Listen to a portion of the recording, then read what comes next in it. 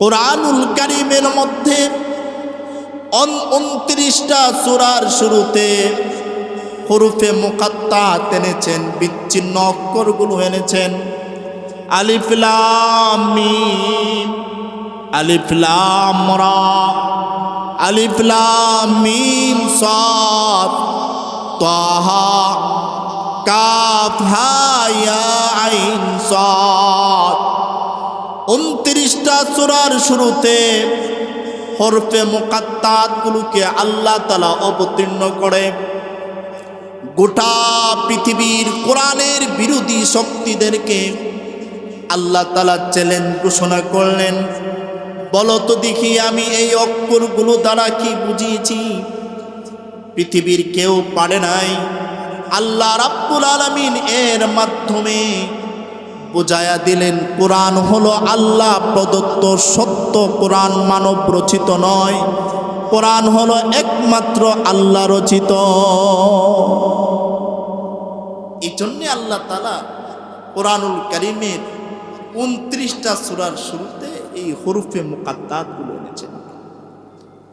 এরপর আল্লাহ বলেন, যিকরু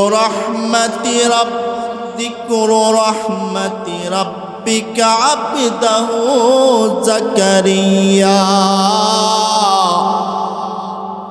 ইয নাদা রাব্বাহু নিদাআন খাফিয়া।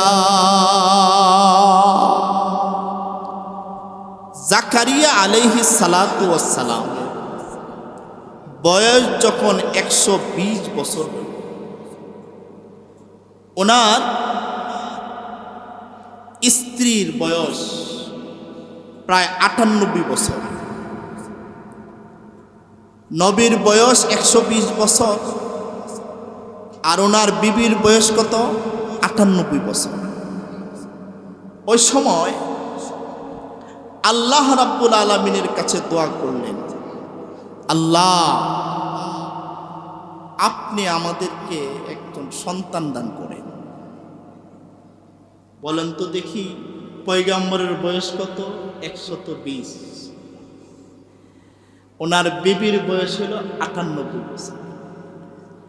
১২০ বছরের বুড়া, ৯৮ বছরের বুড়ি আল্লাহ তাআলার কাছে দোয়া করতেছেন, আল্লাহ এই বয়সে আমাকে একটা নেককার সন্তান দান করুন।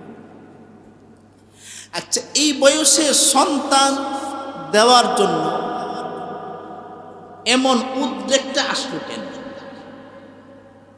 এই জিনিসটা বুঝতে হলে সূরা আলে ইমরানের কিছু আলোচনা বুঝতে হবে। আমরা যে আলোচনা করতে চাই, আল্লাহর মহান বিধান, আসরের নামাজ পড়তে পেরেছি। আসর নামাজ পড়ার পরে কোরআন সুন্নাত দেখে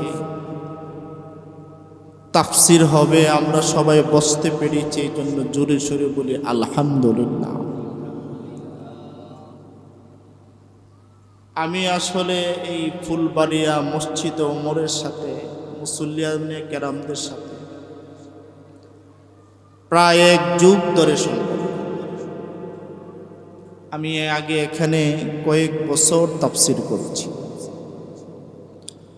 অনেকে ছিল, আজকে নাই। ইঞ্জিনিয়ার আহসান হাবিব সাহেব, সোহাগ ভাই, এমন অনেক ছিল, কিন্তু আজকে আমাদের মাঝে নাই। আমরা এই রমজানে আছি, আগামী রমজানে থাকবো কিনা জানি না। এই জন্যে রমজান মাসে প্রত্যেকটা ঘন্টা, প্রত্যেকটা মিনিট, প্রত্যেকটা সেকেন্ড আমরা গুরুত্ব দিতে হবে, যাতে অযথা যাতে সময়টা না চলে যায়। গল্প গুজব করে প্রত্যেকটা সময় যাতে আপনার আমার আমল নামায় যাতে বন্দিগি লেখা হয়। রমজান মাস ভারত উপমহাদেশে একজন বুজুর্গ ছিলেন আল্লামা শাইখুল হাদিস জাকারিয়া রাহিমাহুল্লাহ। শাইখুল হাদিস জাকারিয়া রাহিমাহুল্লাহকে চিনে না এমন মানুষ নাই যিনি ফাজাইলে আমাল লিখেছেন। রমজান মাস যখন আসতো উনি পুরা 24টা ঘন্টায় আল্লাহর ইবাদতে লিপ্ত হয়ে যেত। উনি যে এলাকায় থাকতো ওই এলাকার ছোট শিশু থেকে নিয়ে বৃদ্ধ পুরুষ মহিলা সবাই জানতো যে শাইখুল হাদিস জাকারিয়া রাহিমাহুল্লাহ রমজান মাস আসছে, কারোর সাথে দেখা করবে না, কারোর সাথে সাক্ষাৎ করতে, নিরিবিলি সময় কাটাই। জীবনীতে লিখেছেন ভারতের রাজধানী দিল্লির নবাব বংশের একজন উচ্চ কর্মকর্তা আল্লামা শাইখুল হাদিস জাকারিয়া রাহিমাহুল্লাহর সাথে দেখা করতে আসছেন। রাস্তা দিয়ে যখন হাঁটতে শুরু করলেন, মানুষ জিজ্ঞাসা করলেন আপনি কোথায় যাবেন? আমি শাইখুল হাদিস জাকারিয়া রাহিমাহুল্লাহর সাথে দেখা করতে যাব। মহল্লাবাসীর লোকেরা বলা শুরু করলো আপনি জানেন না উনি রমজান মাস আসলে কারোর সাথে দেখা করে না, সাক্ষাৎ করে না, নির্জনে তাকে হাঁটতেছেন। যে মানুষের সাথে সাক্ষাৎ হয়, দেখা হয়, প্রত্যেকেই ওনাকে বলা শুরু করলো আপনি রমজান মাসে কেন আসলেন দেখা করার জন্য? দরওয়াজা নক করে দরজা খুলে না, দরজার সামনে থেকে বলতেছেন হযরত আমি আসছিলাম আপনার সাথে দেখা করার জন্য, চলে যাচ্ছি। কথাটা বলা উদ্দেশ্য হলো রমজান মাস আসলে রমজান মাসটাকে ওনারা কত গুরুত্ব দিতেন। কিন্তু আমরা রমজান মাস আসছে অযথা কথা বলতেছি, ঘোরাফেরা করতেছি। অনেকে এখন বিছানায় শুয়ে শুয়ে মোবাইল দেখতেছে, ফেসবুক চালাইতেছি, ইউটিউব চালাইতেছি, অনেকে টেলিভিশন দেখতেছি, অযথা ভাষায় কথা বলতেছি। কিন্তু আমাদের মুরব্বীরা রমজান মাসটা আসলে প্রত্যেকটা সেকেন্ডের গুরুত্ব দিতেন। ইমামে আজম আবু হানিফা রাহিমাহুল্লাহর জীবনী তো লেখা আছে। ইমাম আবু হানিফা রহমতুল্লাহ আলাইহি রমজান মাস আসলে 60 খতম কোরআন শরীফ পাঠ করতেন। সুবহানাল্লাহ বলে 60 খতম কোরআন শরীফ তেলাওয়াত করতেন। আমাদের তো বুঝে আসবে না, আমাদের এই আকাবির উলামায়ে কেরামরা রমজান মাস আসলে এমন ইবাদত করতেন, দান সদকা বেশি বেশি করে করতেন। কোনো ফকির কোনো মিসকিন আসছে না শব্দ ব্যবহার করছে, বেশি বেশি রমজান মাসে দান খয়রাত করা, সদকা করা। মুহতারাম হাজিরিন, আমরা রমজান মাস পেয়েছি। এই রমজান মাসে প্রত্যেকটা সময়কে আমরা গুরুত্ব দেব। আমি আপনাদের সামনে সূরা মারইয়াম তেলাওয়াত করেছি। সূরা মারইয়ামকে সামনে রেখে আপনাদের সামনে ধারাবাহিকভাবে 10 দিন আলোচনা করার চেষ্টা করব। এই সূরা মারইয়ামের তাফসীর বুঝতে হলে ভূমিকা স্বরূপ দু একটা কথা বুঝলে পরবর্তী কথাগুলো বোঝা সহজ হবে। 1 নম্বর হলো সূরায়ে মারিয়ামকে মারিয়ম করে কেন নামকরণ করা হয়েছে? দ্বিতীয় নম্বর হলো আল্লাহ তাআলা সূরায়ে মারিয়ামের আগে আল্লাহ তাআলা সূরায়ে কাহফকে এনেছেন। সূরায়ে মারিয়ামের আগে সূরায়ে কাহফের সাথে সূরায়ে মারিয়ামের যোগসূত্র কি? কেন সূরায়ে কাহফকে আগে আনা হলো? সূরায়ে মারিয়ামকে কেন পরে আনা হলো? দ্বিতীয় নম্বর আলোচনা হল আল্লাহ রাব্বুল আলামিন মারিয়াম আলাইহা সালাতু ওয়াস সালামের আলোচনাটা কোরআনুল কারীমের 3টি সূরার মধ্যে করেছেন। সূরায়ে মারিয়ামে করেছেন, সূরায়ে আলে ইমরানে করেছেন, সূরায়ে আম্বিয়াতে করেছেন। এই 3টা সূরার মধ্যে শুধু আল্লাহ তাআলা মারিয়াম আলাইহা সালাতু ওয়াস সালামের আলোচনা করেছেন। তবে যেখানে হযরত মারিয়াম আলাইহা সালাতু ওয়াস সালামের আলোচনা করেছেন, এর আগে আল্লাহ তাআলা জাকারিয়া আলাইহিস সালাতু ওয়াস সালামের আলোচনা করেছেন। প্রশ্ন হলো, যেখানে মারিয়াম আলাইহা সালাতু ওয়াস সালামের আলোচনা, সেখানে জাকারিয়া আলাইহিস সালাতু ওয়াস সালামের আলোচনা কেন করা হলো? এই 3টা জিনিস যদি আমরা বুঝতে পারি, তাহলে পরবর্তী কথাগুলো বোঝা আমাদের জন্য সহজ হয়ে যাবে। 1 নম্বর হলো সূরায়ে মারিয়ামকে মারিয়ম করে কেন নামকরণ করা হয়েছে? আল্লাহ তাআলা কুরআনুল কারীমের মধ্যে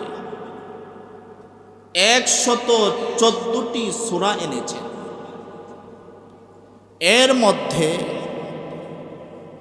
কোনো সূরাকে সূরার সামগ্রিক বিষয়কে দৃষ্টিপাত করে ওই সূরার নামকরণ করা হয়। কিছু সূরা আছে ওই সূরার অংশের দিকে পুরা সূরার নামকরণ করা হয়। সূরায়ে মারিয়ামকে আল্লাহ তাআলা এই সূরার ভিতরে মারিয়াম আলাইহা সালাতু ওয়াস সালামের যেহেতু আলোচনা করা হয়েছে কিছু সংখ্যক আয়াতে, 16 নং আয়াত থেকে নিয়ে এই সূরার 33 নং আয়াত পর্যন্ত শুধু মারিয়াম আলাইহা সালাতু ওয়াস সালামের আলোচনা করেছেন। এই আয়াতগুলোর দিকে দৃষ্টিপাত করে আল্লাহ তাআলা পুরা সূরার নামকরণ করেছেন সূরায়ে মারিয়াম। ঠিক কিনা বলেন? দ্বিতীয় নাম্বার আলোচনা হলো সূরায়ে মারিয়ামের আগে সূরায়ে কাহফকে কেন এনেছে, বা সূরায়ে কাহফের পরে সূরায়ে মারিয়ামের আলোচনা কেন করা হয়েছে? আল্লাহ রাব্বুল আলামিন এই গোটা পৃথিবীটা একটা হলো আল্লাহর নিজাম অনুযায়ী চলছে, আরেকটা হলো আল্লাহর কুদরত। একটাকে বলা হয় আল্লাহর আদত, আরেকটাকে বলা হয় আল্লাহর কুদরত। যেমন পৃথিবীতে যদি মানুষ পৃথিবীতে আসার জন্য পূর্ব শর্ত হলো স্বামী এবং স্ত্রী লাগবে, ঠিক কিনা? এবং স্বামী এবং স্ত্রীর মাধ্যমে মিলনের মাধ্যমে এই পৃথিবীতে সন্তান আসে। এটা হলো আল্লাহর আদত, আল্লাহর শৃঙ্খলা। এখন যদি বাবা ছাড়া যদি পৃথিবীতে কোনো সন্তান আসে, তাহলে একটা হলো হয়তো জিনার মাধ্যমে আসছে, আর না হয় আল্লাহর কুদরতের মাধ্যমে আসছে। ঠিক কিনা বলে?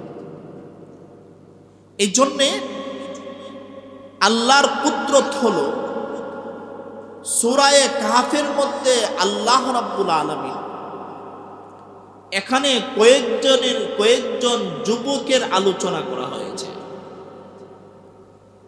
যেই যুবকরা তারা যে সময় পৃথিবীতে ছিল, ওই সময়ের সকল মানুষ প্রতিমা পূজা করত।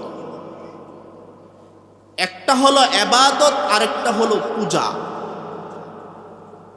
ইবাদত বলা হয় কোনো মানুষ আল্লাহ রাব্বুল আলামিনের কুদরতি পায়ের নিচে নিজের মাথাকে রাখা, আল্লাহকে চির মুখাপেক্ষী মনে করে আল্লাহর দাসত্ব করা, তাকে বলা হয় ইবাদত।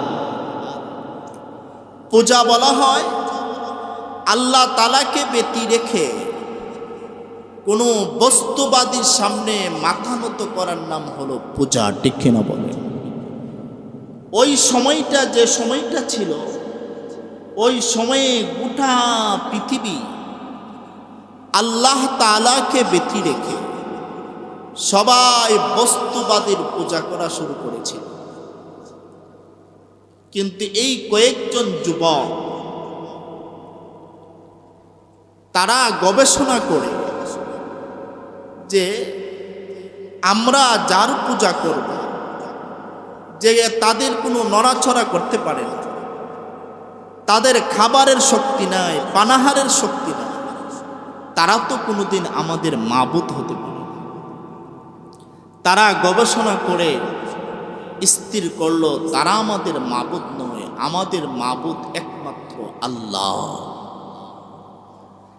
তারা দুনিয়ার বস্তুবাদীকে সবগুলোকে পরিত্যাজ্য করে তারা আল্লাহর ইবাদত করা শুরু করল, আল্লাহর উপরে ঈমান আনল। কেন তারা আল্লাহর উপরে ঈমান আনল? তদানীন্তন সময়ের জালেম শাসক তাদের উপরে নির্যাতনার স্টিম রোলার চালিয়েছিল, ফলে তারা তাদের থেকে আড়াল হয়ে একটা গুহার মধ্যে আত্মগোপন করেছিল। মুফাসসিরে কেরাম লিখেছেন, ঐতিহাসিকগণ লিখেছেন, প্রায় 300 বছরের উপরে ওই গুহার মধ্যে তারা আত্মগোপন ছিল। গুহার মধ্যে যে ছিল, তাদের কোনো খাবার নাই, তাদের কোনো পানাহার নাই, কিচ্ছু নাই। পৃথিবীতে মানুষ বাঁচতে হলে তার কি লাগে? খাবার লাগে, পানি লাগে। আমরা মানুষ, আমরা দুটি বস্তুর সমন্বয়ে গঠিত, একটা হলো দেহ, আরেকটা হলো আত্মা। দেহের চাহিদা হলো, দেহকে যদি বাঁচায় রাখতে চান তাকে খাবার দিতে হবে, পানাহার করতে হবে। দেহের চাহিদা হলো বিবাহ করতে হবে। আরেকটা হলো আত্মার চাহিদা। আত্মার চাহিদা হলো জিকির আজকার করতে হবে, কোরআন তেলাওয়াত করতে হবে। এই যেমন রমজান মাস, আমরা রমজান মাস ছাড়া 11টা মাস শুধু দেহের চাহিদা পূরণ করছি, দেহে যা চাই তা করছি, যার ফলে দেখা যায় আমাদের আত্মা থেকে দেহ শক্তিশালী হয়ে গেছে। দেহ শক্তিশালী হয়ে যাওয়ার কারণে আমাদের ভালো কাজ ভালো লাগে না, গুনার কাজ করতে ভালো লাগে। ঠিক কিনা? দেহ থেকে যখন আত্মা শক্তিশালী হয়ে যাবে, তখন আমরা নামাজ পড়তে ভালো লাগবে, কোরআন তেলাওয়াত করতে ভালো লাগবে, মা বাবার খেদমত করতে ভালো লাগবে, মুরব্বীদেরকে সম্মান করতে ভালো লাগবে, ছোটদেরকে স্নেহ করতে ভালো লাগবে, নিজের বিবিদেরকে পর্দায় রাখতে ভালো লাগবে, আত্মা যদি শক্তিশালী হয়ে যায়। মোহতারাম, বলতেছিলাম আসহাবে কাফ অর্থাৎ গুহার মধ্যে যুবকেরা 300 বছরের উপরে তারা গুহায় আত্মগোপন করেছিল, খাবার নাই, পানাহার নাই, কিচ্ছু নাই। তারা কেমনে বেঁচে রইল? এটা কি আল্লাহর আদত না আল্লাহর কুদরত? আল্লাহর কুদরতের মাধ্যমে আল্লাহ তাআলা তাদেরকে এই গুহার মধ্যে আল্লাহ তাআলা তাদেরকে বাঁচিয়ে রেখেছিলেন। এই জন্যে আল্লাহ রাব্বুল আলামিন সূরা কাহফের পরে সূরা মারিয়ামকে এই জন্য এনেছেন, যেহেতু সূরা কাহফের মধ্যে আল্লাহর কুদরতের আলোচনা, সূরা মারিয়ামের মধ্যে যে আলোচনা হবে এটা হলো আল্লাহর কুদরতের আলোচনা। যেহেতু এই দুইটা আলোচনার সাথে সামঞ্জস্য রয়েছে, এই জন্যে আল্লাহ রাব্বুল আলামিন সূরাতুল কাহফের পরে সূরা মারিয়াম এনেছেন। ঠিক কিনা? তৃতীয় নম্বর আলোচনা হলো আল্লাহ রাব্বুল আলামিন মারিয়াম আলাইহিস সালাতু ওয়াস সালামের আলোচনাটা 3টি সূরার মধ্যে করেছেন। একটা হলো সূরা আলে ইমরান, আরেকটা হলো সূরা মারিয়াম, তৃতীয় নম্বর হলো সূরা আম্বিয়া। এই 3 সূরার মধ্যে মারিয়াম আলাইহিস সালাতু ওয়াস সালামের আলোচনা করেছেন। যেখানে আল্লাহ তাআলা মারিয়াম আলাইহিস সালাতু ওয়াস সালামের আলোচনা করেছেন, আল্লাহ তাআলা সেখানে জাকারিয়া আলাইহিস সালাতু ওয়াস সালামের আলোচনা করেছেন। প্রশ্ন হলো, যেখানে মারিয়ামের আলোচনা সেখানে জাকারিয়া পয়গম্বরের আলোচনা কেন করা হলো? মুফাসসিরে কেরাম লিখেছেন, মারিয়াম আলাইহিস সালাতু ওয়াস সালামের ঘটনাটা যেমন একটা আল্লাহর কুদরত, জাকারিয়া পয়গম্বরেরও যে ঘটনাটা এটাও আল্লাহর কুদরত। জাকারিয়া আলাইহিস সালাতু ওয়াস সালামের ঘটনার মাধ্যমে আল্লাহর কুদরতের বহিঃপ্রকাশ ঘটেছিল, যেমনি ভাবে মারিয়াম আলাইহিস সালাতু ওয়াস সালামের ঘটনার মাধ্যমে আল্লাহর কুদরতের বহিঃপ্রকাশ ঘটেছেন। জাকারিয়া পয়গম্বরের ঘটনার মাধ্যমে আল্লাহর কুদরতের বহিঃপ্রকাশ ঘটেছেন। এই জন্য যেখানে মারিয়ামের আলোচনা সেখানে জাকারিয়া আলাইহিস সালাতু ওয়াস সালামের আলোচনা। ঠিক কিনা বলেন? এখন প্রশ্ন হলো, জাকারিয়া আলাইহিস সালাতু ওয়াস সালামের আলোচনাটা কি? আল্লাহ বলেন, কাফ হা ইয়া আইন সাদ। এই অক্ষরগুলো হলো বিচ্ছিন্ন অক্ষর, হরফে মুকাত্তাআ। এই অক্ষরগুলোর অর্থ কি একমাত্র আল্লাহ তাআলা ছাড়া আর কেউ জানে না। কোনো ব্যক্তি যদি এই অক্ষরগুলোর অর্থ বলে বুঝবেন সে ভণ্ড। এই অক্ষরগুলোর আলিফ লাম মিম, আলিফ লাম রা, আলিফ লাম মিম সাদ, প্রায় 29টা সূরার শুরুতে আল্লাহ রাব্বুল আলামিন এই বিচ্ছিন্ন অক্ষরগুলোকে এনেছেন, এই সংকুচন অক্ষরগুলো এনেছেন। এটার অর্থ, এগুলোর অর্থ একমাত্র আল্লাহ তাআলা জানেন, আল্লাহ ছাড়া আর কেউ জানে না। আপনাদের প্রশ্ন জাগা উচিত, এই অক্ষরগুলোর অর্থ যদি আল্লাহ ছাড়া আর কেউ না জানে, তে আল্লাহ তাআলা এই অক্ষরগুলো অবতীর্ণ করলো কেন? ঠিক কিনা? যেহেতু এই অক্ষরগুলোর অর্থ পৃথিবীর কোনো মানুষ জানে না, কোনো আম্বে কেরাম জানে না, সাহাবায়ে কেরাম জানে না, পৃথিবীর কোনো উলামায়ে কেরাম জানে না, তাহলে আল্লাহ তাআলা এই অক্ষরগুলোকে অবতীর্ণ করলেন কেন? আমাদের কওমি মাদ্রাসার মেশকাত জমাতে একটা তাফসিরের গ্রন্থ আছে, তাফসিরে বাইজাবি।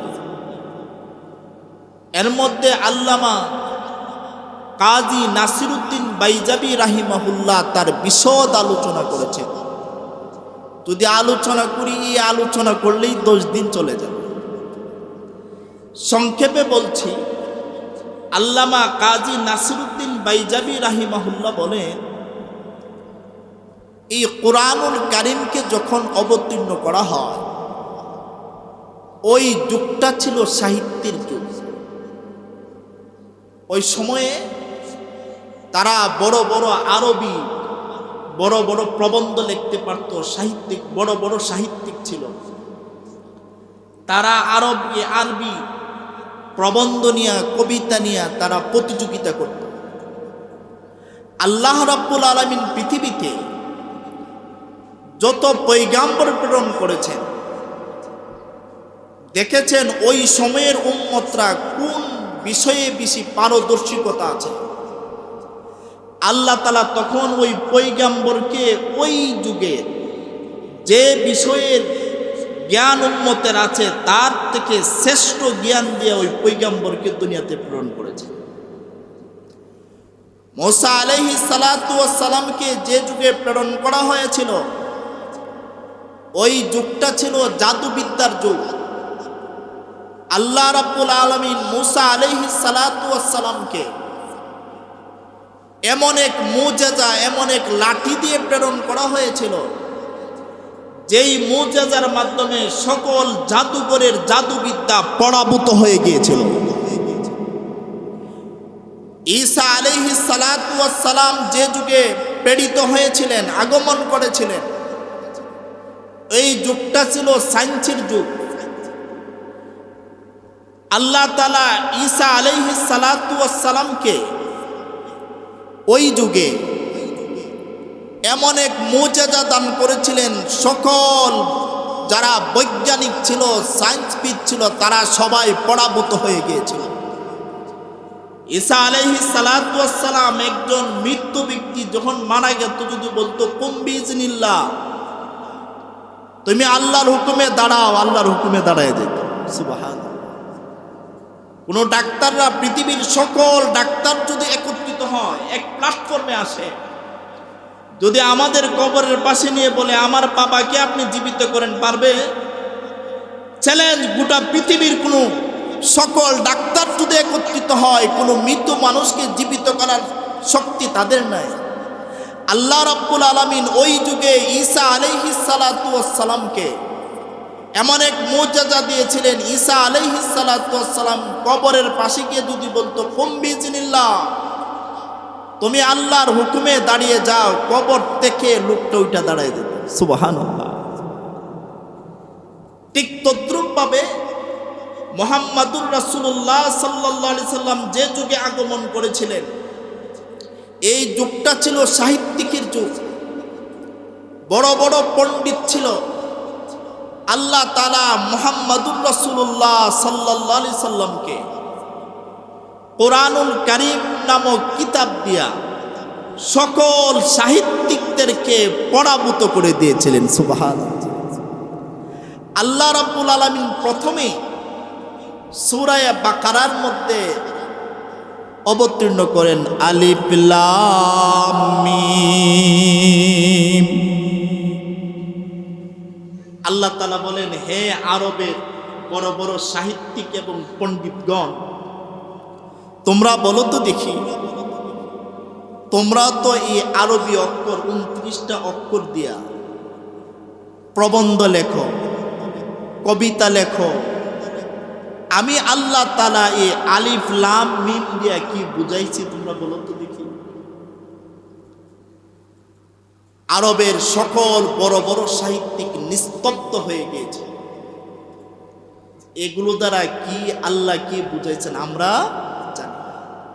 আল্লাহ তাআলার মধ্যে চ্যালেঞ্জ করলেন, যেহেতু তোমরা এগুলোর অর্থ কি বুঝো না, আমি আল্লাহ একমাত্র জানি, তাহলে কোরআন হলো সত্য, কোরআনের সাথে কোনো সন্দেহ করা যাবে না। সত্য কোরআনের আল্লাহ বলেন লা রাইবা ফীহি। আল্লাহ রাব্বুল আলামিন কোরআনুল কারীমের মধ্যে 29টা সূরার শুরুতে হরফে মুকাত্তাত এনেছেন, বিচ্ছিন্ন অক্ষরগুলো এনেছেন।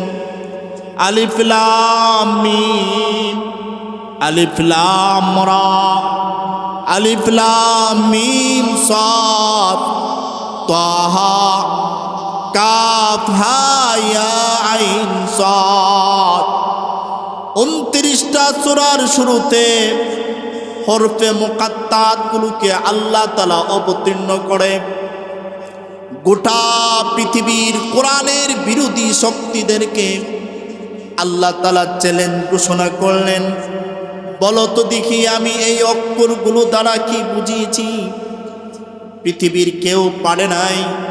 আল্লাহ রাব্বুল আলামিন এর মাধ্যমে বুঝায়া দিলেন কোরআন হলো আল্লাহ প্রদত্ত সত্য, কোরআন মানব রচিত নয়, কোরআন হলো একমাত্র আল্লাহ রচিত।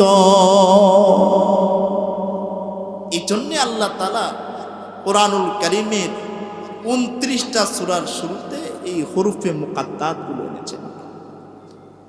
এরপর আল্লাহ বলেন যিকরু রাহমাতি রাব্বিকা আবদাহু জাকারিয়া ইয নাদা রাব্বাহু নিদাআন খাফিয়া। জাকারিয়া আলাইহিস সালাতু ওয়াস সালাম বয়স যখন 120 বছর, ওনার স্ত্রীর বয়স প্রায় 98 বছর, নবীর বয়স 120 বছর, আর ওনার বিবির বয়স কত? 98 বছর। ওই সময় আল্লাহ রাব্বুল আলামিনের কাছে দোয়া করলেন, আল্লাহ আপনি আমাদেরকে একজন সন্তান দান করেন।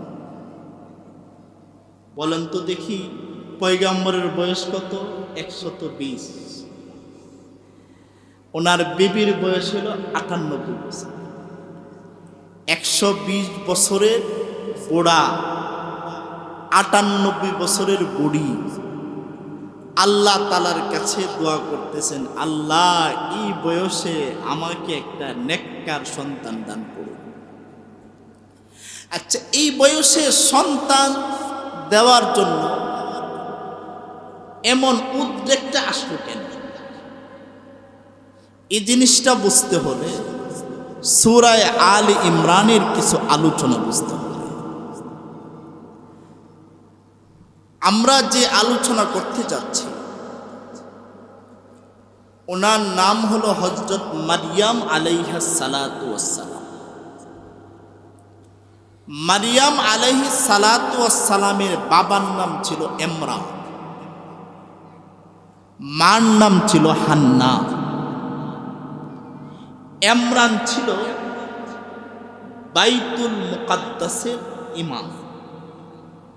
বাইতুল মুকাদ্দাস আজকে গোটা পৃথিবীতে আজকে যে ইসরায়েল ইরান যে যুদ্ধ, গোটা পৃথিবী আজকে যেন ভূমিকম্প শুরু হচ্ছে। মুহতারাম হাজিরিন, তো জাকারিয়া মারইয়াম আলাইহিস সালাতু ওয়াস সালামের বাবার নাম হলো ইমরান, মার নাম হলো হান্না। জাকারিয়া আলাইহিস সালাতু ওয়াস সালাম হলো ইমরানের ভাড়া। ইমরানের কি ভাড়া? জাকারিয়া আলাইহিস সালাতু ওয়াস সালামও বাইতুল মুকাদ্দাসের ইমাম ছিল। তাহলে মারইয়াম আলাইহিস সালাতু ওয়াস সালাম হলো জাকারিয়া আলাইহিস সালাতু ওয়াস সালামের জেঠাশের মেয়ে, বারার মেয়ে। মারইয়াম আলাইহিস সালাতু ওয়াস সালাম যখন মার গর্ভে যখন গেলেন, তখন মা আল্লাহ তাআলার কাছে মান্নত মানলেন, আল্লাহ আমার পেটে যে সন্তানটা আছে ও যখন আমি যখন প্রসব করব, আমি আমার এই সন্তানটাকে বাইতুল মুকাদ্দাসের খাদেম বানাবো। সুবহানাল্লাহ। আল্লাহ বলেন إذ قالت امرأة عمران ربي إني نذرت لك ما في بطني محررا فتقبل مني إنك أنت السميع العليم আল্লাহ রাব্বুল আলামিন বলেন, হে নবী আপনি স্মরণ করুন যখন ইমরানের স্ত্রী হান্না যখন বলেছিলেন, রব্বি ইন্নী নাযারতু লাকা মা ফি বাতনি মুহাররারা, হে আমার রব, হে আমার প্রতিপালনকারী, নিশ্চয় আমার পেটের মধ্যে আমার যে সন্তান রয়েছে আমি তাকে আপনার জন্যে উৎসর্গ করে দিলাম। আমার সন্তানটা যখন পৃথিবীতে আগমন করবে, আগমন করার পরে আমি আমার সন্তানটাকে বাইতুল মুকাদ্দাসের জন্য খাদেম বানাবো। ফাতাকাব্বাল মিন্নি, আল্লাহ আপনি আমার পক্ষ থেকে আমার এই মান্যতটাকে কবুল করো। ইন্নাকা আনতাস সামিউল আলিম। হান্না বলেন, নিশ্চয় আল্লাহ, নিশ্চয় আপনি অধিক শ্রবণকারী, মহাজ্ঞানী। তাহলে সন্তানটাকে গর্ব রেখে সন্তানের মা আল্লাহ তাআলার কাছে মান্যত মাগল। আমাদের দেশে আছে না, তো সন্তানটা জড়াইতে যাওয়ার সাথে সাথে মা বাপ নিয়ত করে, আল্লাহ আমার সন্তানটা যদি হয় আমি তাকে আলেম বানাবো। বলেন এমন নিয়ত করে না? আমি আমার সন্তানটাকে হাফেজ বানাবো। অনেকে বলে আমি আমার সন্তানটাকে ডাক্তার বানাবো, ইঞ্জিনিয়ার বানাবো। নিয়ত করা তো অসুবিধা নেই। উনিও মা বলল যে আমি বাইতুল মুকাদ্দাসের খাদেম বানাবো। বাইতুল মুকাদ্দাসের মসজিদের যে মুয়াজ্জিন, মেয়ে আজান দিতে পারবে? কোনো মহিলা আজান দিতে পারবে? মসজিদের ইমামতি করতে গেলে কি লাগবে? পুরুষ লাগবে। মসজিদের আজান দিতে গেলে কি লাগবে? পুরুষ লাগবে। মসজিদের খাদেম হইতে হইলে কি লাগবে? পুরুষ লাগবে। মহিলা তো মসজিদের খতিব হতে পারবে, মহিলা মসজিদের ইমাম হতে পারবে, মহিলা মসজিদের মুয়াজ্জিন হতে পারবে, মহিলা দেশের পার্লামেন্ট হতে পারবে, প্রধানমন্ত্রী হতে পারবে। শরীয়তের বিধান হলো বাংলাদেশের যিনি প্রধানমন্ত্রী হবে সে বাইতুল মুকাররমের খতিব হতে হবে। যাই হোক, আমরা মনে সামনের দিকটা যেই দেশের অবস্থা দেখতেছি, আমরা দেশের পুরুষ, এখন তো বর্তমান আমাদের প্রধানমন্ত্রী কে? পুরুষ। আশা করি সামনে থেকে পুরুষের আমল শুরু হয়েছে ইনশাআল্লাহ। আল্লাহ কবুল করুক। আর কত ঝগড়া দেখলো। মা বলল যে সন্তান যখন পেটের থাকা অবস্থায় আমি আমার সন্তানটাকে বাইতুল মুকাদ্দাসের খাদেম বানাবো। কিন্তু সন্তান যখন পৃথিবীতে আসছে, আসার পরে দেখা যায় সন্তান ছেলে সন্তান নয়, মেয়ে সন্তান আল্লাহ তাআলা দান করেছেন। আল্লাহ বলেন, فلما وضعتها قالت رب إني وضعتها أنثى والله أعلم بما وضعت وليس الذكر كالأنثى وإني سميتها مريم وإني أعيذها بك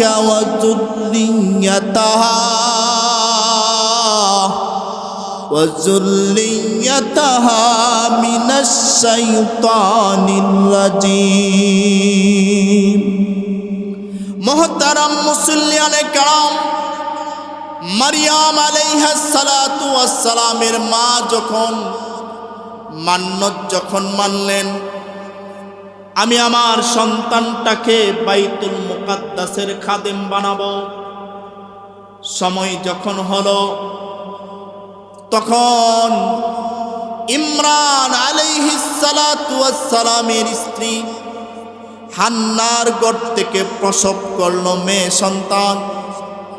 পৃথিবীতে যখন মেয়ে সন্তান যখন আসলো, মারিয়াম আলাইহিস সালাতু ওয়াস সালাম যখন জন্মগ্রহণ করলেন, মা আল্লাহ তাআলার কাছে ক্রন্দনরত অবস্থায় বলছেন, রব্বি, হে আমার রব, হে আমার প্রতিপালনকারী, হে আমার প্রতিপালক, ইন্নী ওয়াতাতুহা উনসা,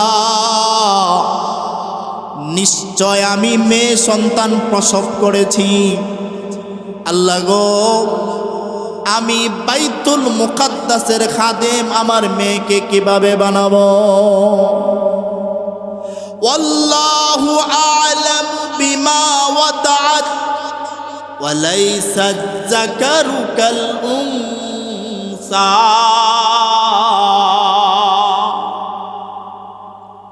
আচ্ছা, আল্লাহ তাআলা কি জানে কি জানে না?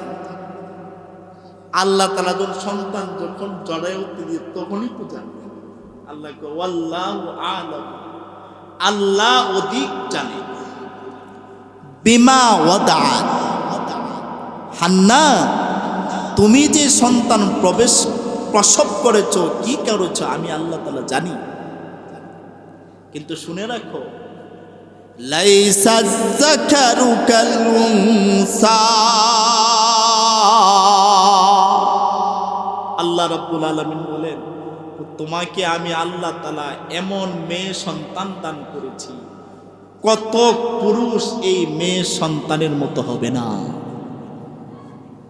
আচ্ছা বলেন তো দেখি, মারিয়াম আলাইহিস সালাতু ওয়াস সালামকে যদি এক পাল্লায় রাখা হয়, আর আমাদের মতো যদি সবাইকে যদি এক পাল্লায় রাখা হয়, কার পাল্লাটা ভারী হবে? আলাইহিস সালাতু ওয়াস সালাম, ওয়া ইন্নী উঈযুহা বিকা ওয়া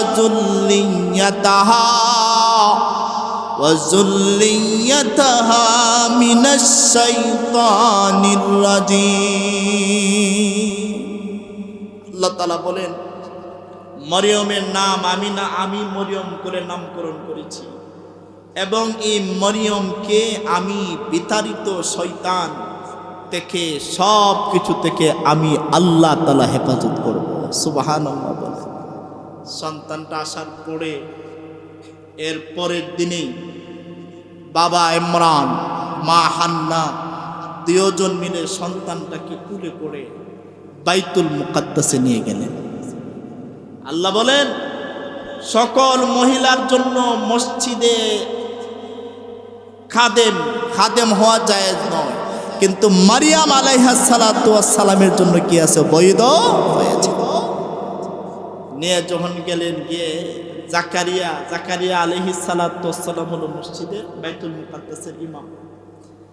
জাকারিয়া আলাইহিস সালাতু ওয়াস সালাম ইমরানের কি লাগে? ভাড়া লাগে। গিয়ে বলতেছেন, আমি আমার সন্তানটাকে বাইতুল মুকাদ্দাসের খাদেমা বানাতে চাই।